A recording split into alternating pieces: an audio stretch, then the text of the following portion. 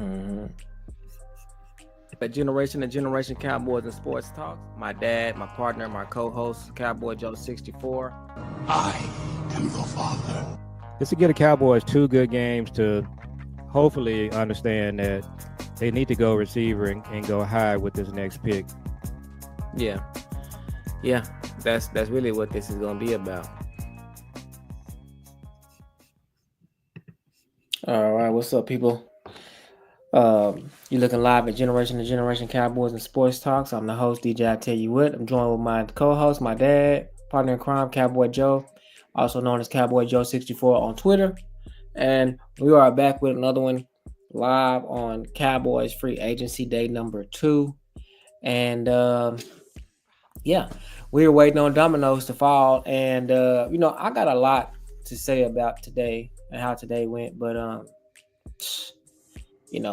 we as one what we try to do on our channel is we try to remain positive and not always be so negative and be so down. But we try to be realistic as well. So with that being said, it's kind of hard to draw the line in between the two. So what do you want to say? What's up to the people and kind of let them know what you're feeling today? What's up to the people? So we on free agency day 2. And I would say today is better than yesterday. I kind of like the linebacker, Kenneth Murray and Sanborn. Uh, so a lot of good feedback on Sanborn. I think Kenneth Murray and Sanborn, if I had to just say it right now, they might be your starting linebackers. Obviously, Leofai is going to have a lot of input in that, but both of these guys are veterans. They know Eberflus defense. So one of the things we got to look at too is, you know, who are the sponsors for these players? The Zim and his crew. They were the coaches when Leofai was drafted. So you wonder now, what does Eberflus think about Leofai and some of the other players? So I mean, it's not bad. I mean, look, obviously you can just say it's a C type signings, but definitely not A's. But I think it's better than yesterday. Yesterday's signings, I think, were just they're literally ha Clinton Dix type signings. Mm-hmm. So, well, yeah, I like I said, what I think they're doing is gaslighting.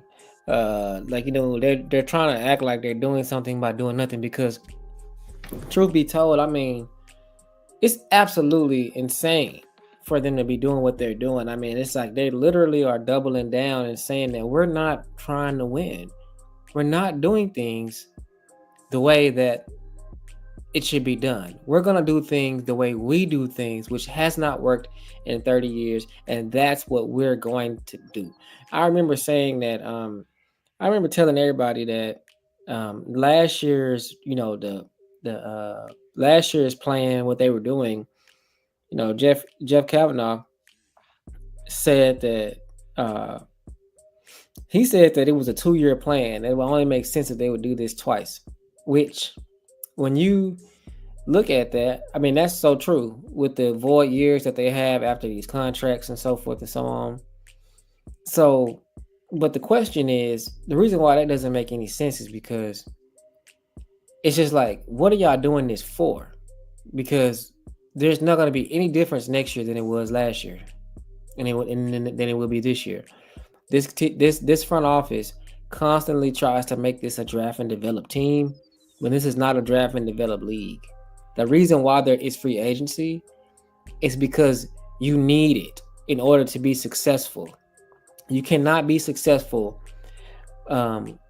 grabbing bottom of the barrel free agents for your needs during the offseason. It hasn't worked for the Cowboys in 30 years. There is no other team that it's worked for. I mean, you can clearly see the teams that utilize free agency, they win big.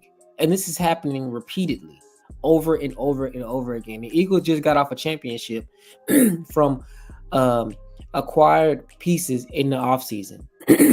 This is what happened. These are facts. I mean, you can look right at it and tell. So, I mean, there are several things that when you don't have an MVP quarterback, you need the team around you to be superb. And there is no way you can do that by draft and develop.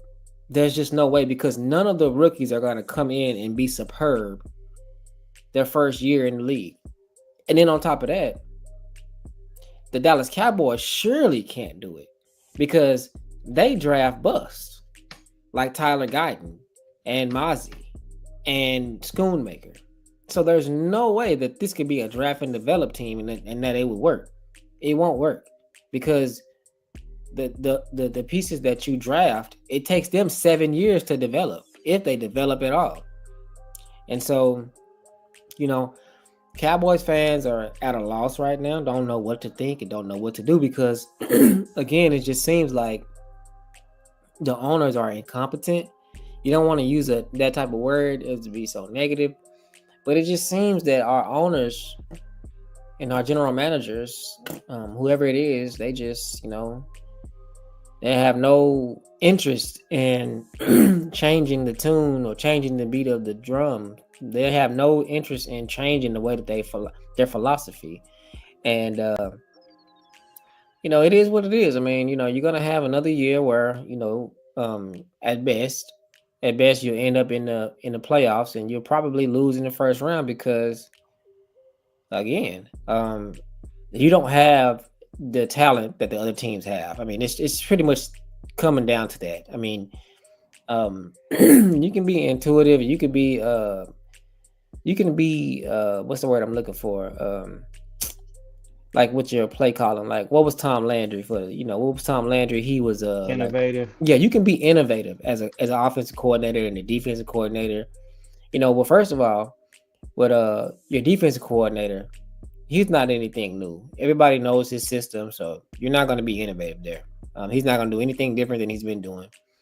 Now, Shoddy, on the other hand, and our offensive coordinator, they can be innovative because we don't. They will be. They'll be innovative, but like Mike Fisher said, shout out to Mike Fisher.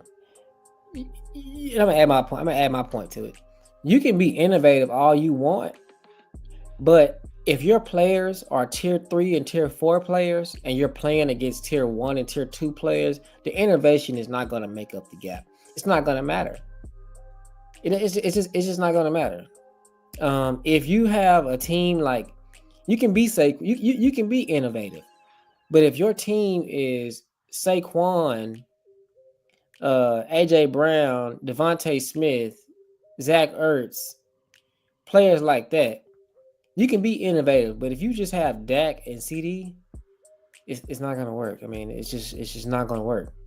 And then you could throw in the rookies too.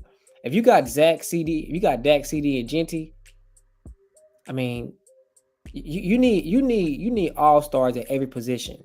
And the way the NFL, see, that used to be so like taboo. Like, the old Cowboys in the 90s, all of the third generation Cowboy fans, they all are hyped about the idea of the triplets, right? Now you got Troy, Emmett, and Michael Irvin. Some of the best at their position, right? All on one team, right?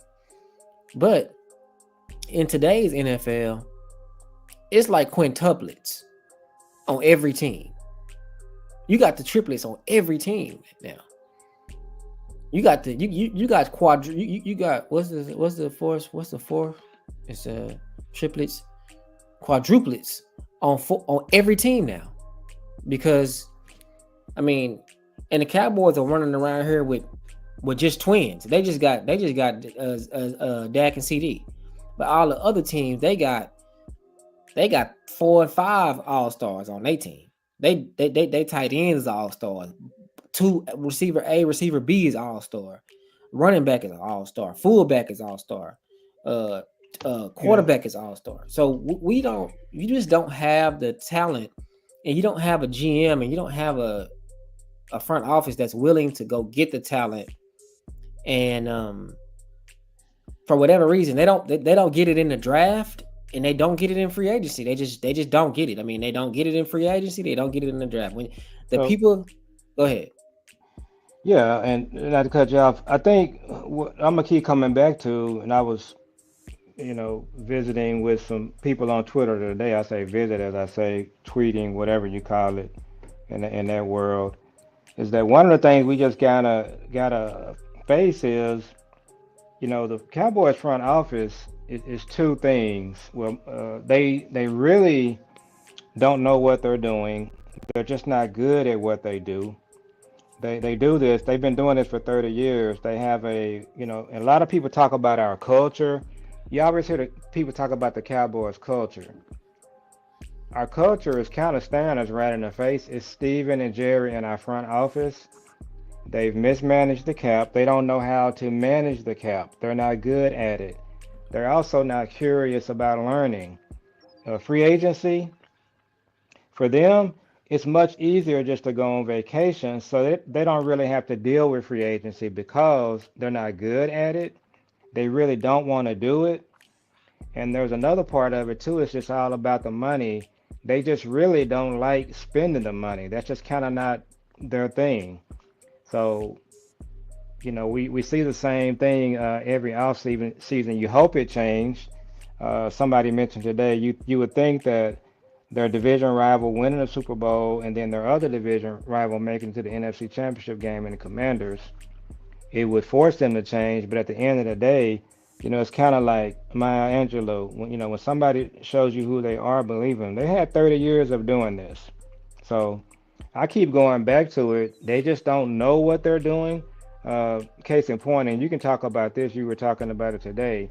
They created all this cap space, but they really don't know what to do with it. And they're proving they don't really know what to do. So what do you think about why did they create this cap space? It just seems to me they just don't really know what to do. Well, I think that, like I said, I'm gonna go back to what I said earlier. I think that they're like, I really, really, really think that they're gaslighting. I think that they have a marketing and media department that says, "Hey guys, you have to, we have to like make it look like we're doing something. We have to free up cap room." Uh, Mm-mm. I I mean, don't agree with that. well, I mean, like, well, what are they doing then? I mean, I I'm don't. telling you, what we're seeing is they didn't create this cap space and then go over to their marketing department and say on day one and day two, we want you guys to create a buzz so we can get likes and clicks. I don't think they did. I think that they created the cap space with the intent of trying to do something. They saw the market. Two things happened. They didn't really want to spend what the other teams were spending. And then number two, they really don't know how to work the free agency market. They just don't know what they're doing. Well, The marketing thing, I hear that a lot about people saying that they're just doing it to get media and to get clicks. Man, I mean, the people that's saying that are people like that are well known, like Mike Fisher. Mike Fisher says that. So Brian Broaddus says that. So I mean, we have Clarence Hill says that. So I mean, that's what we're going off of. And then on top of that, it's just like you don't want to spend, and then also like it's almost borderline offensive that the last time that they spent over I think it's, I don't know, over 6 million or whatever it is was on Greg Hardy. That's the last time that they spent major money. That's a Brandon Carr. That's pretty offensive to say that was like 10 to almost 10 15 years ago, something like that. And you all haven't done anything since. And then on top of that, you let your own players that are born and bred here go other places that pay them more. I mean, this is getting offensive. This is getting like, well, it's getting insulting. yeah, it's insulting. It's disrespectful. It's just like, you know what I mean? Like, why would you do Rico like that? A And he lot of only, content creators kind of have that same sentiment that you have. it's just like, It's why would it's you do him like that? I'm Like, hearing content creators saying that they're just kind of like some are just saying that they're just done. But yeah, man, but it's yeah, I just don't think that this team had a meeting, had a staff meeting, and they said we're gonna flip the switch on Dak's contract, flip a switch on CD's contract and do the other switches on the other contract just for marketing and clicks. That's not what they did. So are they? Do you think that they're making it personal with players? Because No, I don't. I just think that they don't know what they're doing. They're not good at free agency. They're horrible with the cap. Now, one of the things that you talked about your dominoes that you wanted to see fall, and a couple of them actually fell. One of the dominoes that I wanted to see that we haven't talked about, and I'm kind of glad I thought about it. One of the dominoes that I wanted to see was them saying that Adam Pacifica and Steven would no longer be managing the cap. They were bringing someone else in to manage the cap. That's the domino that I want to see. mm, That hasn't you know, happened. and then like what makes me upset is this, like, when you're looking at someone that's narcissistic, you know, you can't pin them down on anything. You have to, like, for instance, like, But that's the media's fault. you have to say things like, but no, yeah, this the media's fault, but a Well, I narcissist should knows, say it's legacy media's fault. The team, the but people but that cover the team now, they're not old school. but the narcissist knows how to get around any question. Like for instance, this free agency thing. Like, they asked him, "What about the 30-year drought?" And he says, "Well, this so-called 30-year drought, like, that's step one, saying I that would it's." argue he didn't get around that. He got nailed for that. Well, listen, no, let me show you how he gets around it. He gets around it because he's gonna say, now he can come back and say, "Well, we did free agency. What are you guys Mm. talking about? We did it. We spent more." Because if you ask the question, did the Cowboys do anything different this year than they did last year? The answer is yes.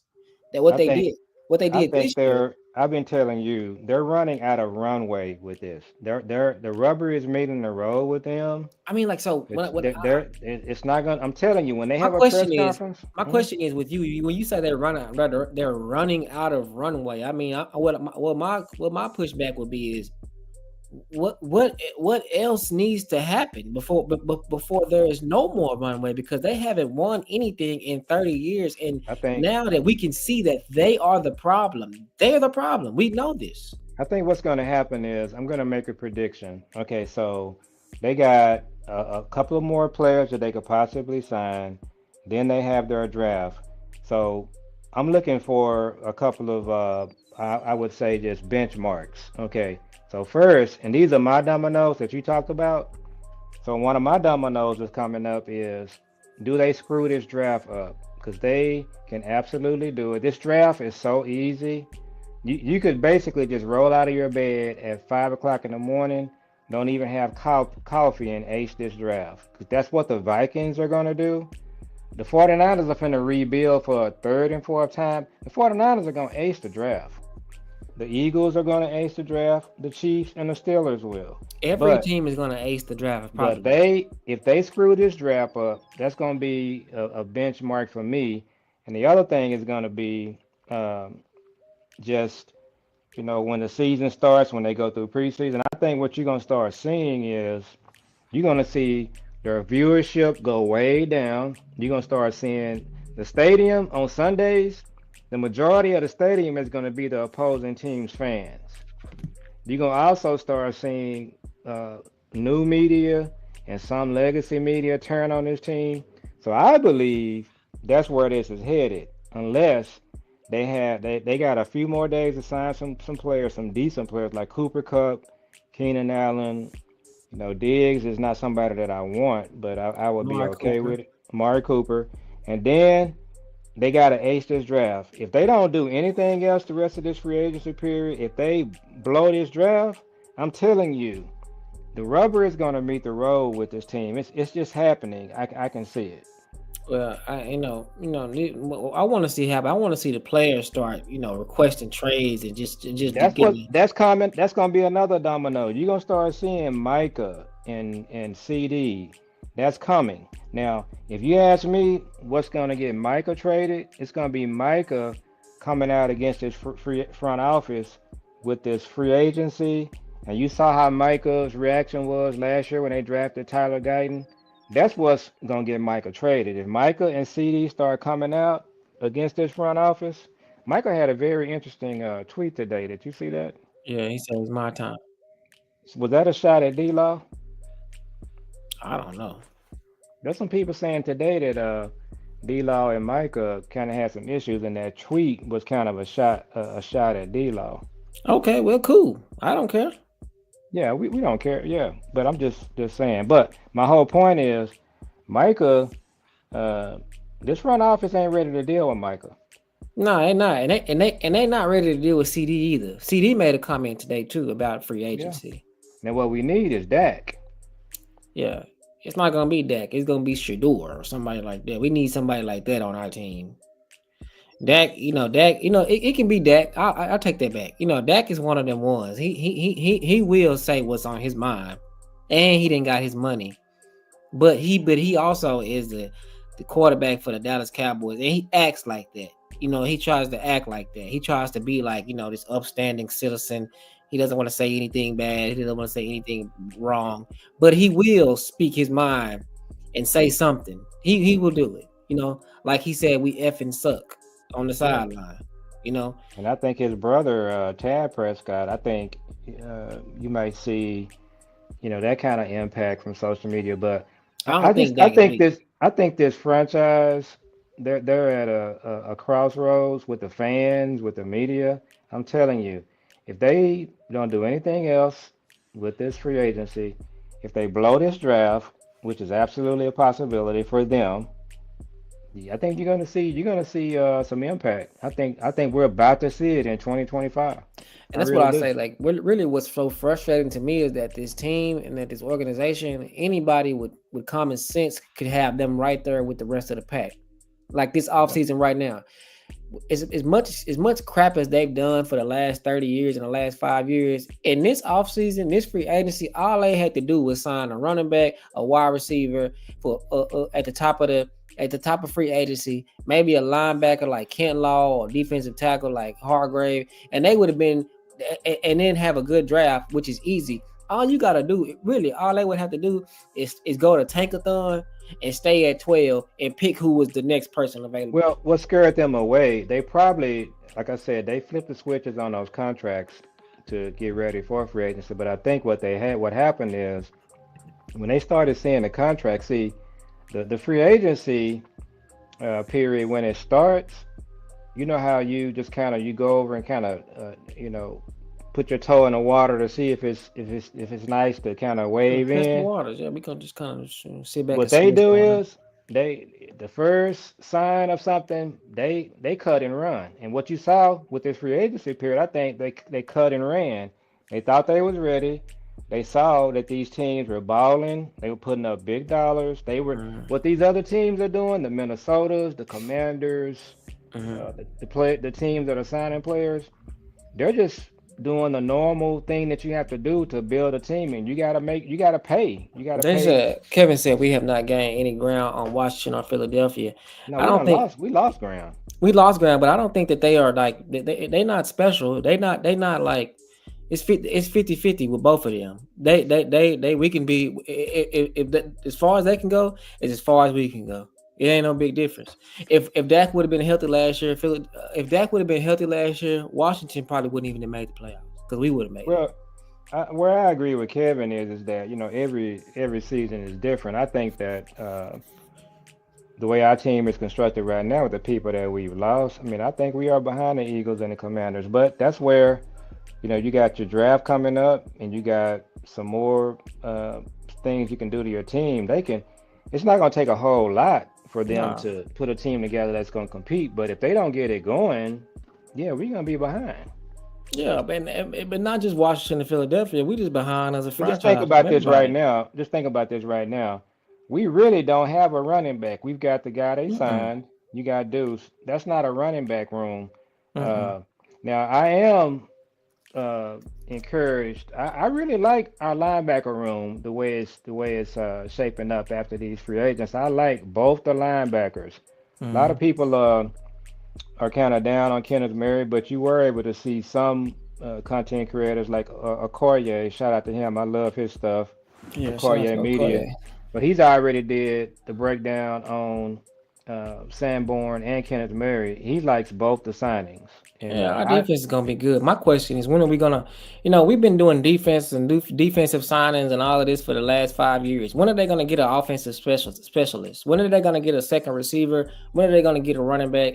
And also, when are they gonna do it in the draft as well? Because we've had 4 or 5 drafts where they've just left uh first round receivers and first round running backs on the board, and they I and think they, you know. I think what you're seeing right now with all the content creators, that's kind of like an alignment on the offensive side.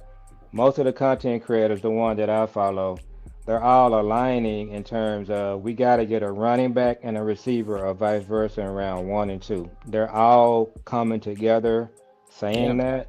I don't really Hmm. see a lot of content creators saying that we need to go defensive line or we need to go edge.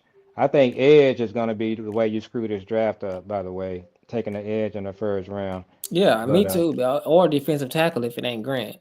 well, if it's Grant, Yeah, you you know, good. You good. yeah. But But I mean, again, that's another example how you really can't mess this draft up because if you take Grant in the first round, you're good. hmm But you gotta bang that no Diddy. You gotta hit that running back and the receiver second and third round. You don't believe that there are any gonna be any good receivers left in the third round. no. Uh, Well, I mean, no. They're not gonna be. If you end yeah, up picking a receiver in the third round, that means that you passed on a good running back and you passed on a receiver. yeah. That's what that And as I means. mentioned to you earlier, in the third round on Tankathon, and Tankathon is not the all everything here, but Hey, what's up? and Let me break it down. Let me break it down a little bit more. What I mean, like if you drafting a receiver in the third round, that means that you took Walter Nolan or Mikael Williams. That's what you did. that's possible, yeah. Or Grant. Yeah, or Grant. Yeah, that's what you did. But if you take Grant with your first pick, then you got to hit the receiver. I think you got to hit receiver and running back in the third. You got to hit receiver in the second, running back in the third. Now, if I'm looking in the second round, you got Emeka Ibuka is there, but he won't be there when we Mhm. pick. You got let me. My screen is doing something.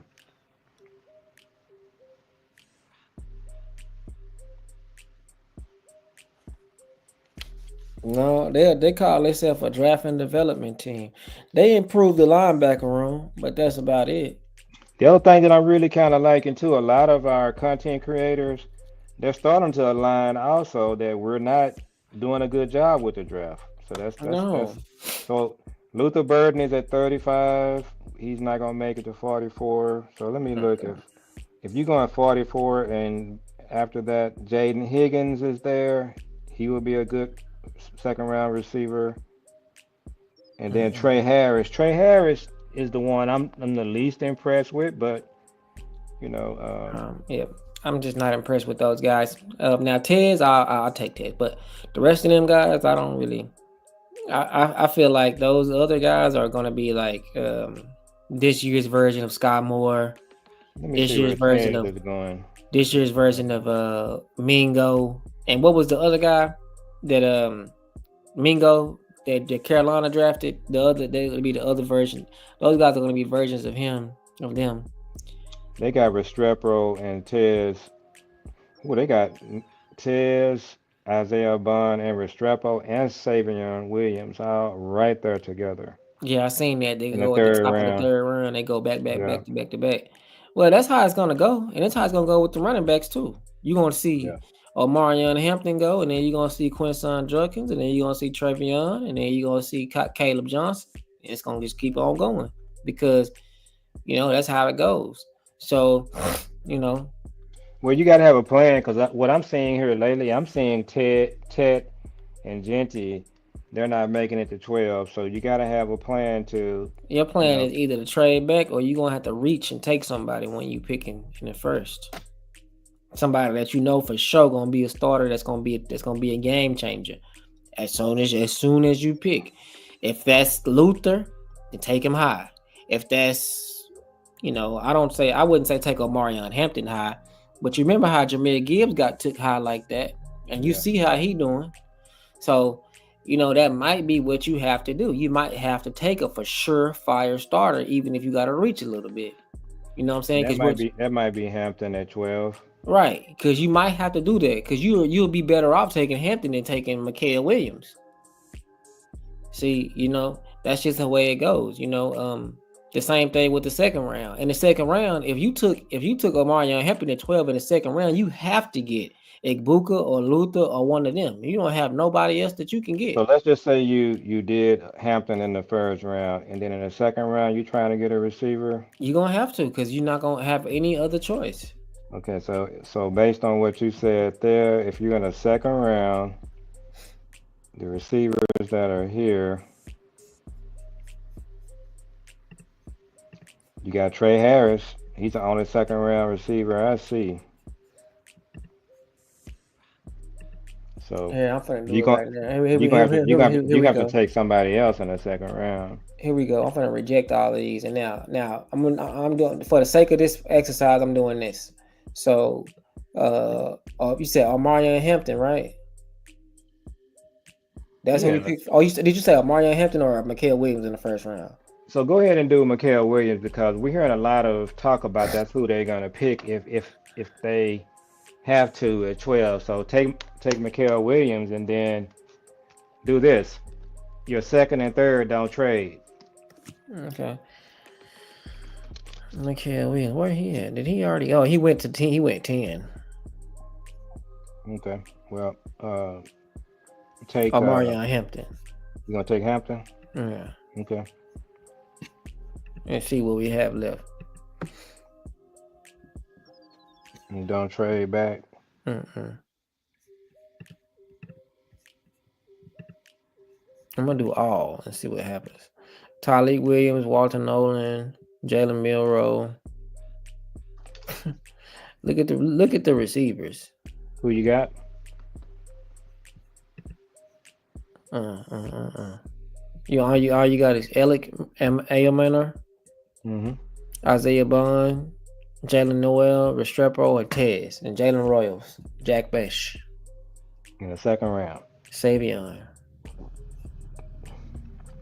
See, that's what I'm saying. Out of all them people right there that I just named, I like Tavion. I like Savion better than all of them. And he's But at 115. you taking him in the second round. That's a reach. So all of those receivers are a reach. That's the problem that they're gonna run into. Yep. So right here, you're not gonna even take a receiver. So who are your top choices? Tyleek Williams, Walter Nolan. We know who they would take. Yeah, type. Well, they probably would take Walter Nolan. So do that. So that's your second. So you got Marion Hampton, Walter Nolan. That's a good draft for them. And then in your third, just see what receiver is left. But this is what's going to happen to the Cowboys. Jalen Royals. If you take Royals, who's the highest rated player in the third round? Quinshawn Judkins. You And then Hampton. they got Alfred Collins is in there. But you just took a defensive tackle, Walter Nolan. And then you got the Jared Wilson. He's a center for Georgia. And So then what are they ranked? And then what is Jalen Royals ranked? they rank 75, 72. And then Jalen Royals is ranked 81. It's not that big of a stretch. Nah, but then you also got Omar Norman Lott down here. And you also got Shamar Turner down here. And you also got Savion down here somewhere. Got Savion down here. So that's what I'm saying. You might have to reach because, and they won't reach. They're gonna what they're gonna do. They're gonna take another defensive tackle. They're gonna take one of those players. Who else is up there? And when they do their press conference, well, we tried to get a receiver, and that's what they're gonna do. But, yeah. And then landlord and everybody else will be just like, you can't believe they did this. But this is the kind of thing that they do. But you want to reach, you can take Jalen Royals or Savion Williams. They won't. Yeah, this is what they would do. They would take Jared Wilson. He plays what? The center. That sound like typical Steven and Will McClay. Yeah. So this is what they would do. Okay, and then I'm gonna redo one, and And I'm gonna pick. I'm gonna say they want to take a center because of BB. Well, they'll move him to guard. So They would have took another defensive tackle and what you just had. well, Jalen Royals was rated higher than any other defensive tackle. Okay, well, you know. So So they but you got took the him. center? Yeah, I took the center because I thought that they would. So this is what they ended up with: Omarion Hampton, Walter Nolan, and Jared Wilson. This is not a good draft to me. And see, um, this is what I would do. I'm gonna draft Omarion Hampton in the second round, and I'm not gonna trade either. But I'm gonna reach. I'm gonna reach, and I'm gonna see, and we'll see who teams are better. I'm gonna reach. I'm gonna take Omarion Hampton first, and then I'm gonna reach and get who I want to get, and then we'll see what happens. So on offense, first I'm gonna take Omarion Hampton, and then I'm gonna reach. I'm gonna do what I want to do right here, and let's see who I get.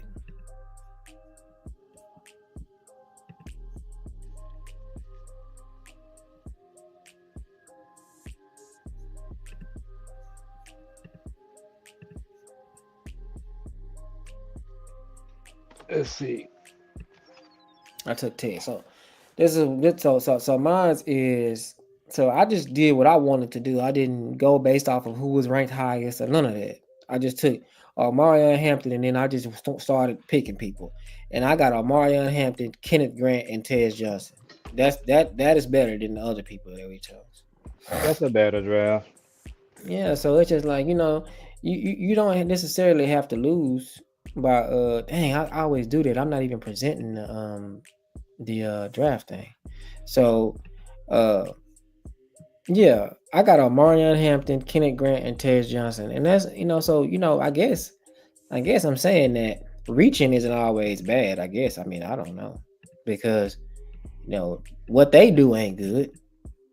So I mean, maybe I think that the only concern I have is I don't know if Tez kind of fits what we need to do or want to do.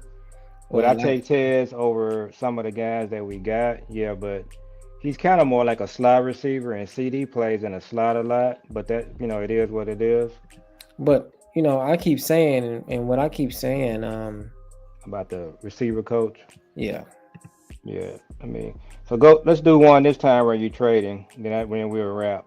We don't want Ah, to be on that long here. I'm It's already doing already. it. So we go ahead and this will be a short show because we got on kind of late. Yeah, I'm already doing it. I'm on. I picked Ted at 12. I traded back from the next pick. It picked up 63 and 66, and now I'm at and with 63 I picked Caleb Johnson, and so Wait, no, now you had Genty though. no, I didn't get Genty. I got Ted. Oh, you got Ted. Okay, Yeah, yeah, yeah. And then so Ted and Caleb Williams. Caleb Yeah, Johnson. Yeah. you Caleb Johnson. You cooking right there. Mm-hmm. Brian And Rodgers. They love Caleb. like right now, me personally, I would probably reach because you got Harold. Well, not Harold Fanning is here, so I'm gonna take Harold Fanning. And if you're trying to go offense, boy, this would be like And then a lot of cat. Now, people would love this draft so far because everybody wants weapons, mhm, and you changing your team. This thing with the Commanders and the Eagles with mhm, what you got right there. You coming off the bus competing with them. mhm. Now I would do the fool and I would draft Savion right here, and now that's what I would do. I would reach and get Savion, Yeah, well, and he's at what round? and they got him on here in 3, 6, 9, 12. They got him in the fourth round, and we So in the make it third. so make it realistic. Don't take Savion. So who you Okay. got? What your options are?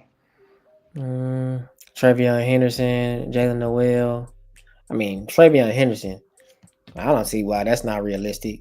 You don't have a Yeah, running back on this team, and you yeah, got Caleb Johnson. So I would take him. yeah, me too.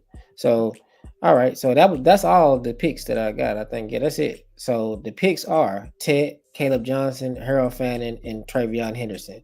If you run out there with that, Everybody would love this draft, but they're never gonna do it. If you had this This draft, would you don't have this to. would be like a crazy, terrific draft because you just what you're doing is you're loading up on weapons that you've been neglecting for the last 2 or 3, according to landlord, Well, longer than that. let me talk to Uncle Keith real quick. So the thing about that, taking a receiver in the first round, for one, that's drafting for need.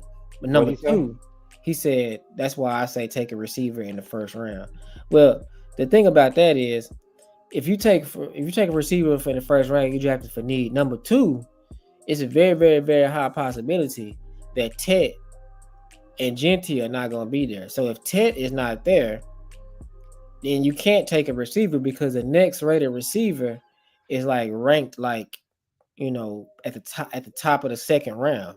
So you really would be reaching like 20 spots to draft a receiver outside of Ted in the first round. So if Ted is But not if you there, but if you trade it down, you're not reaching. well, yeah, if you trade down, you're not reaching. But if you pick at 12 and Ted is not there, then you can't pick a receiver right there unless you're going to reach 20 spots back. And the same thing with running back. If you take a running back at 12, you just reached because Omarion Hampton is the next rated running back, and he not coming off the board until end of the first round at the beginning of the second. So So the highest rated receivers they got as far as drafting Keith is they got Golden at 25, and yeah, then they got after Tet, then they got Ibuka and Burden 34 and 35.